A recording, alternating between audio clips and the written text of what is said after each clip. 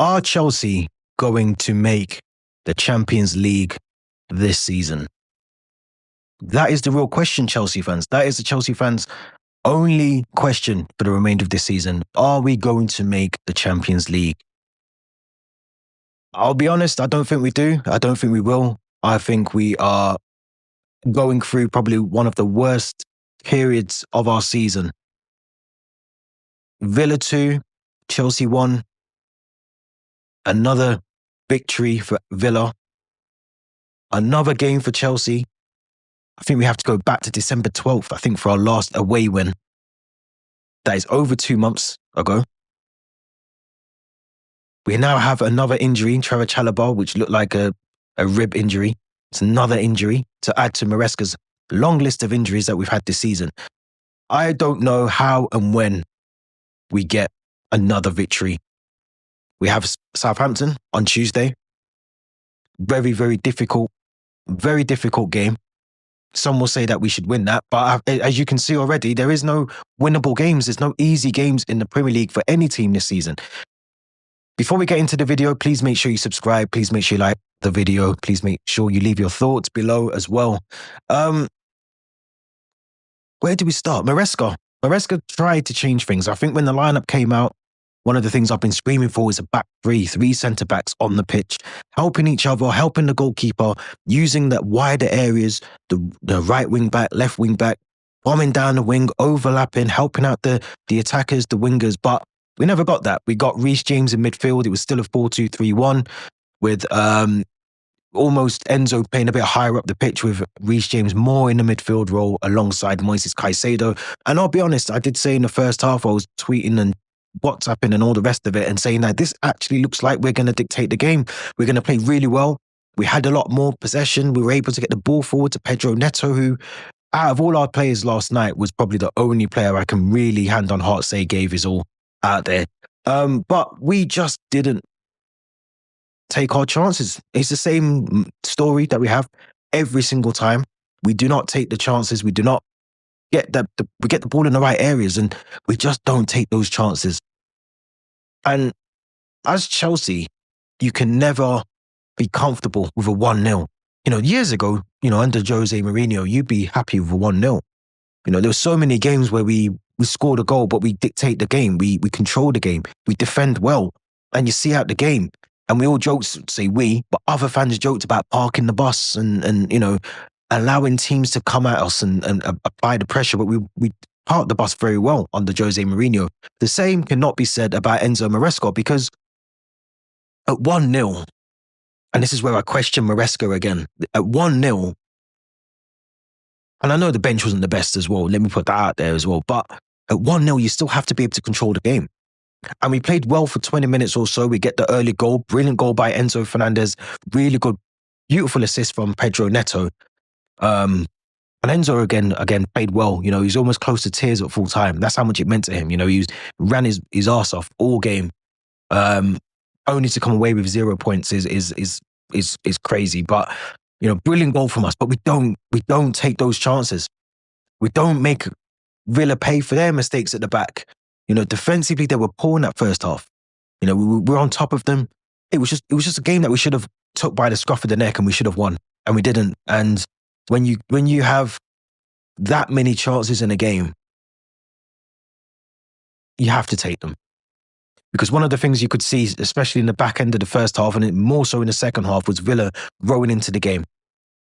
You have to credit Unai Emery, because Unai Emery decided to bring on Marcus Rashford, and he changed the game with Asensio.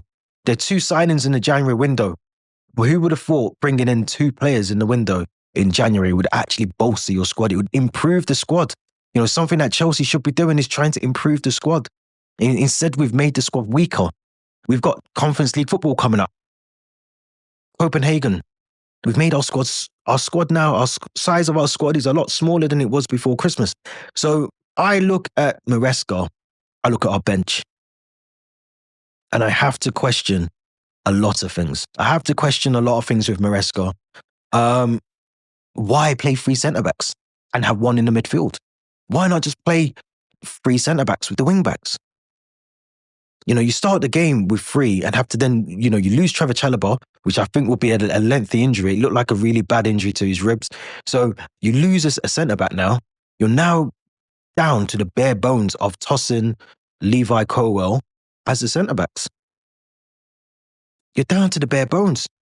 Reece James, he started well in that midfield role, but look, there was a moment in the game in the first half, and you could see that Maresca was almost screaming at Reece James. I don't know what he wanted him to do, whether it's the overlap when Gusto has the ball or become the right back when Gusto's got the ball, but he just wasn't doing it enough.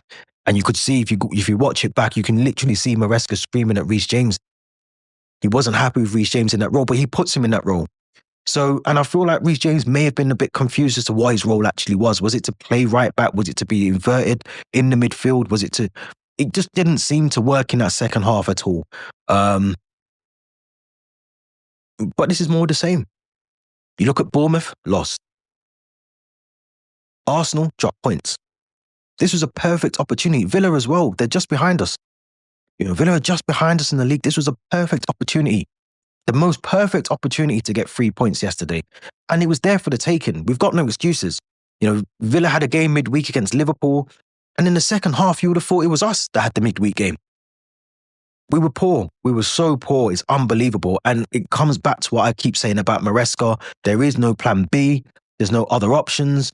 Yes, the bench wasn't the best, but at the same time, you've got to trust some of these players. You have to trust Tariq George. We brought this new kid in, and I don't think he's even going to kick a ball for us this season, but he's on the bench. 1.6 billion. I'm not going to keep repeating what I keep saying on these videos. I don't want to be a parrot, but 1.6 billion, and our bench last night, which I'll show you the bench. Let's quickly go through what our bench was yesterday. And this is after 1.6 billion pounds has been spent. Our bench yesterday consisted of Jadon Sancho, Tosin Adebayor, Sanchez, Samuel Smith, Achiampong, Dewsbury Hall, Amagu, Muka, and George. I mean, if that's what 1.6 billion gets you on a substitutions bench, then I don't know. But if you look at Unai Emery, Marcus Rashford, Garcia came on, Leon Bailey came on, Marlon came on. We made 2 subs. One of them was a forced one to injury with Tosin coming on. The second one was Jadon Sancho. It just tells you that we are, our depth that we claim to have, and this is where I go back to the likes of Jamie Carragher and all these other pundits. I was saying, they've got a massive. We haven't got a massive squad. There's no squad after 1.6 billion. And Nkunku's checked out. I think we have to be honest about that. He was literally. I've never seen a player with so much potential shows so little enthusiasm. Walking around the pitch, just I look at him and it was almost like we were playing with 10 men. It's like we had a player sent off. And Nkunku I don't know whether it's a mentality thing, a confidence thing, whether the manager says something to him that he's not clearly happy with, but there's just this Nkunku that we got at the very start of, when he signed for us and he got that big injury in the pre-season in America. That Nkunku's gone. That Nkunku's gone. This new Nkunku's been, the motivation's not there. The basic stuff of football, pressing for the pressing the defenders. No, there's just nothing from Nkunku, and I don't think he even seemed bothered about coming off for Sancho. Sancho comes on, doesn't really do much either. It's just, this is poor. This is a poor Chelsea squad. And a lot of people keep saying to me, the first top 5 will get Champions League. I still don't think we get that. I don't think we get that. This is poor. This is one of the poorest Chelsea squads after 1.6 billion pounds. And I said Friday in the podcast, if we lose against Villa, those protests on Tuesday will be a lot more vocal than they probably would have been on Tuesday. There might be a couple more 100 people that now turn up on Tuesday. I don't know where we get the wins from. People will say Tuesday is the first time we can get our points home advantage at Stamford Bridge against Southampton. But I'll be honest, I would not be surprised if we get a draw or we lose that game. Some will say that's a pessimist way of looking at things, but I honestly look at that squad now, and we have to talk about the goalkeeper before we end. But we have to talk about Jorgensen, who we all said Sanchez has to be dropped. He's not good enough. But I think last night proved why we need to go and get ourselves a solid, world-class goalkeeper. Again, we spoke about that very much, in detail last week about Alisson potentially being available from Liverpool in the summer, or Kelleher. We have to go and get a really solid goalkeeper. Because even that goal, the second goal, that's basic stuff for Jorgensen. He has to save that. He has to save that. And Maresca, he's put his trust in both his goalkeepers. But if you look now, this is why you don't loan out Petrovic. We have 8 goalkeepers, I think, maybe 9 goalkeepers on the books. Probably none of them are good enough. You have to go, you can't slack on your goalkeepers. You can't go and get a poor goalkeeper, a 5 out of 10 goalkeeper. You have to have someone solid in between the sticks. Because if your defenders aren't on the job on the day, you have to have someone in that goal. And this is why a lot of people will credit someone like Jordan Pickford, because as much as Everton don't always play well, there's times where Pickford keeps them in the game. Even yesterday, there was a brilliant thing. I can't remember who took the shot, but it was a brilliant save near the end of the game by Jordan Pickford. He just keeps the game going for them. And Everton got a point. They could have got 3 points yesterday. It just shows you the difference in quality. We talk about Everton a lot about how they don't finish games off, or they lose, or they concede, but they've been on a really good run. And that is almost down to the likes of Beto, who's stepping up when Calvert-Lewin's out. That's almost as much as Jordan Pickford saves. This is the difference in the team. We don't have any leaders. We don't have anyone who's, I was watching Pickford yesterday, and he's going into his defenders. If they make a mistake, he's there, he's shouting in their faces, and we don't have anyone that will do that at Chelsea at the moment. And that is the problem. There's no leaders. I'm not going to sit here and bore you guys with what I keep saying, but we have no leaders. We have no leaders. There's no leadership.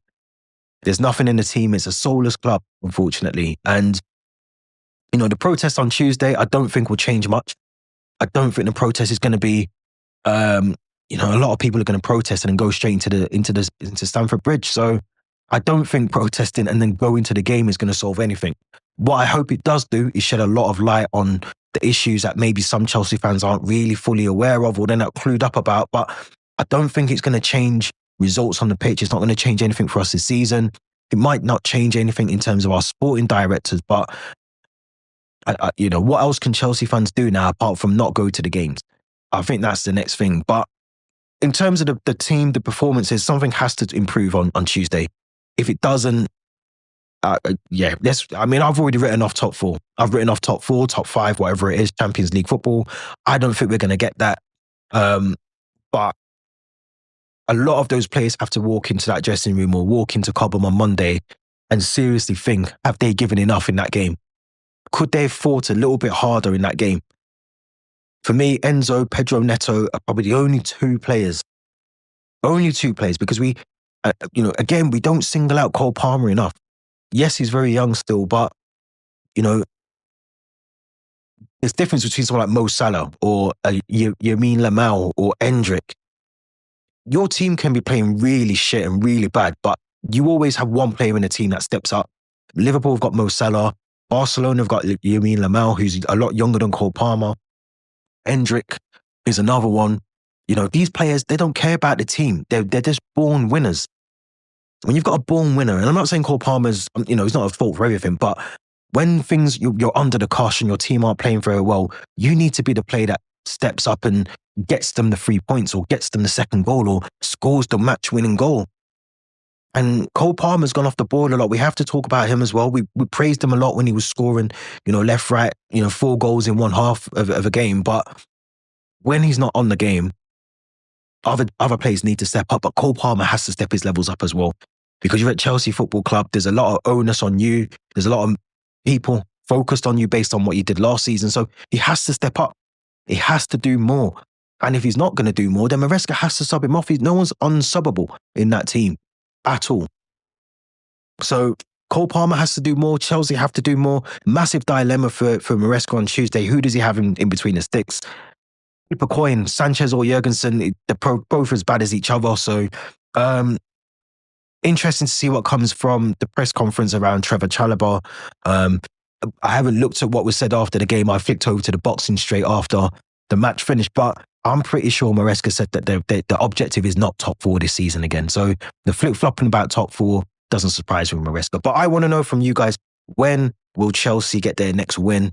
And also, will Chelsea get into the Champions League next season? I need to hear all your thoughts in the comments. Don't forget to subscribe, like the video, all of that good stuff. We will be back very soon with the preview of Southampton. Enjoy the rest of the week until Tuesday. Let's hope for 3 points. Until then, up to Chelsea, all the good stuff. We'll be back soon.